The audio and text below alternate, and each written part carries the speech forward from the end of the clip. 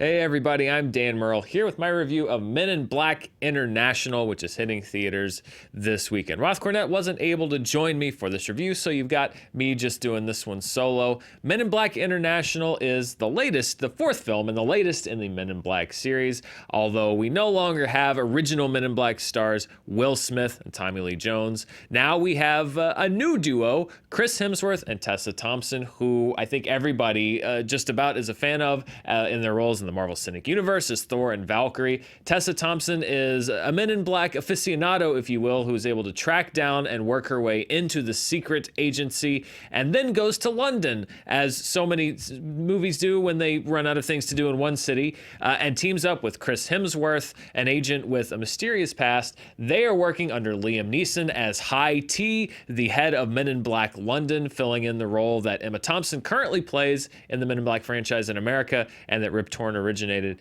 in the first film. Now, what's to say about this movie, really? This is, if ever anyone asked me to point to an example of a summer movie that was made entirely out of obligation, I would point to Men in Black International. It really does feel like Sony had a hole in their summer schedule and said, okay, what can we do? We've got a Spider-Man movie that's coming out already that we're doing with Marvel. We did Ghostbusters a few years ago and we're working on a new one, so we obviously can't do that one. What do we got? And somebody just kind of threw out Men in Black and they're like, okay, let's do that. There's really no compelling reason or really a feeling of passion behind anything in this movie. That's not to say that it's terrible. It's not a terrible movie. It's not a good movie either. It's cinematic beige. It's there. People are on screen saying words. Chris Hemsworth and Tessa Thompson are nice. They seem like a very likable couple of people. Their characters are generally charming. They're saying things that should be charming, that have the appearance of being charming. But the movie really just sort of starts and goes on for 2 hours and then ends. It's instantly forgettable. I've already forgotten it, to be honest. I could give you more plot details, but I don't really remember a lot of them because it feels like an obligatory movie, like a movie that was made because it was the summer. And I don't think that that's going to work really in favor of Men in Black. And I was actually a little surprised. I didn't feel great going into this movie as far as what I'd seen in the trailers and stuff. By the way, if you've seen the trailer for this movie, it's the movie. It's literally a 3-minute version of the movie. Every supposition or guess that you had about this movie going in is exactly correct. The humor that you've seen in the trailer is the humor that you've seen in the movie, which is that Chris Hemsworth and Tessa Thompson are charming. Kumail Nanjiani is the comic relief, and he's funny. He's probably has the most laugh lines in the movie. And Liam Neeson is in charge, and whether there's more going on with that, you'll find out as the movie goes on. But it really does feel like something that just came out of almost like a computer. It's almost like you asked a computer to make a summer blockbuster, and you punched in all the variables and stuff, and then Men in Black International came out on the other end. It really is the biggest example that I've seen in quite a long time of a summer movie that just feels like it came out of a mimeograph machine. It's not a movie like Dark Phoenix last week where you could feel the issues in the studio as far as like, oh, you could feel that the reshoots maybe had something to do with it, or maybe they didn't quite know what direction to go with it. This feels like a movie that just sailed through the studio unopposed.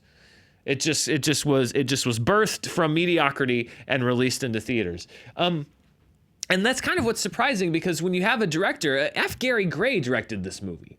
And when you look at F. Gary Gray's movies, Straight Outta Compton and Fate of the Furious most recently, they have this energy, this propulsion behind them, this just like, I mean, he's a very energetic filmmaker. Whether you liked Fate of the Furious or not, I wasn't a fan, but I saw what F. Gary Gray brought to that movie, and that was such this sense of energy, and there is none of that energy present in Men in Black International. It feels like everybody in the movie is going through the motions, which makes it weird when I'm just trying to decide, like, am I going to recommend it or am I not going to recommend it, because it is just straight down the middle. It's right down the middle. It takes no risks whatsoever.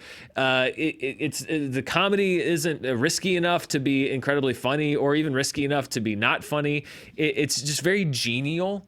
It's very it attempts to just be just pleasant and just sort of ride the line right down the middle and hope that you get to the end of it going like, oh, okay, so what do I even do when I'm recommending this movie? It literally is, if you want to see a Men in Black movie, check it out.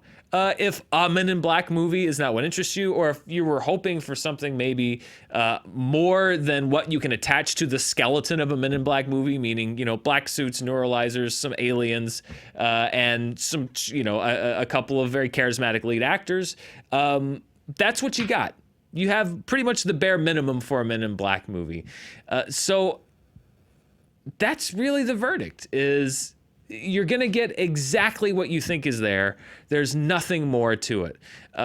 Is it a movie that I would rush out or tell you to rush out and spend your money on?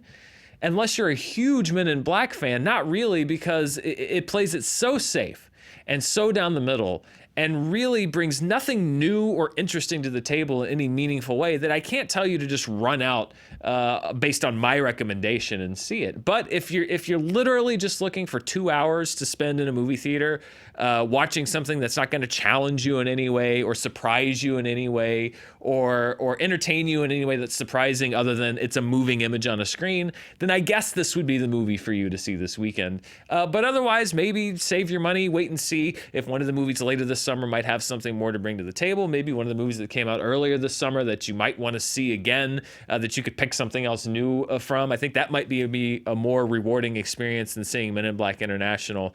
But yes, Men in Black International, it's there. So that's my review of that movie. Let me know what you think. Did you like it more than I did? Some people think it's a fun adventure, and I guess it sort of wants to be that. What did you think? Let me know in the comments down below. And as always, please stay tuned here to Fandom Entertainment. We have the latest reviews and movie news throughout the summer and year-round. Till next time, thanks for watching. I'm Dan Murrell.